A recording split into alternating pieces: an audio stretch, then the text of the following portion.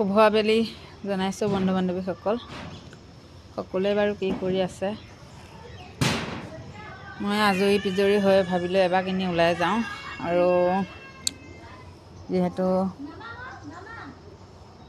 গধূলা পৰ ভাটিবেলা পৰ হৈছে, আৰু অলপ বোলো ওলাই যাওঁ। আৰু আজি দেখিছেনে আমাৰ এইফালে চব পৰিষ্কাৰ কৰি থৈছোঁ।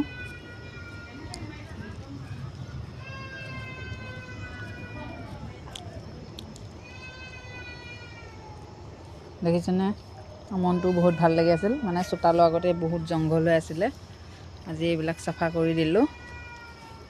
আৰু এইখিনি আমাৰ ফুলখিনি